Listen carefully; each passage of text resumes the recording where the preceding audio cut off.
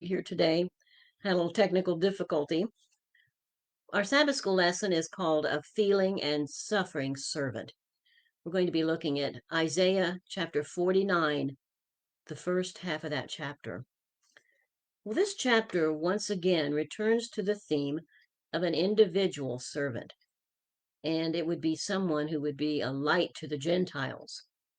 But we're just beginning to see a different side of this Messiah.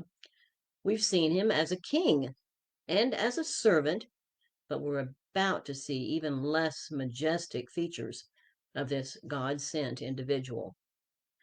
Isaiah 49:4 says that he labored in vain and that he spent his strength for nothing.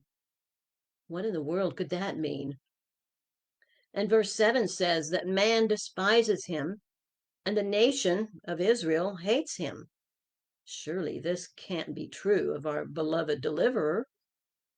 We'll see the full extent of this possibility, though, in next week's study.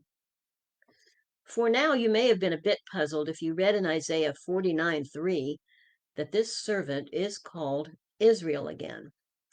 How could he be the Messiah servant and be the servant nation Israel too?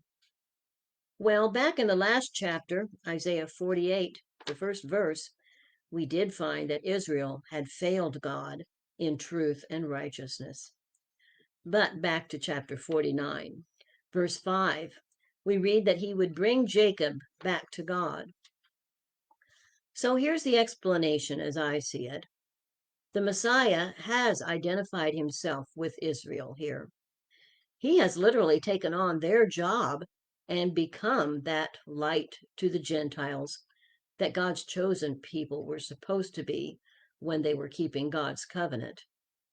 Isaiah is preparing us for some very disturbing realities in chapters 50 to 53, which we'll be looking at next week. So I'll see you then on Monday. Shabbat Shalom.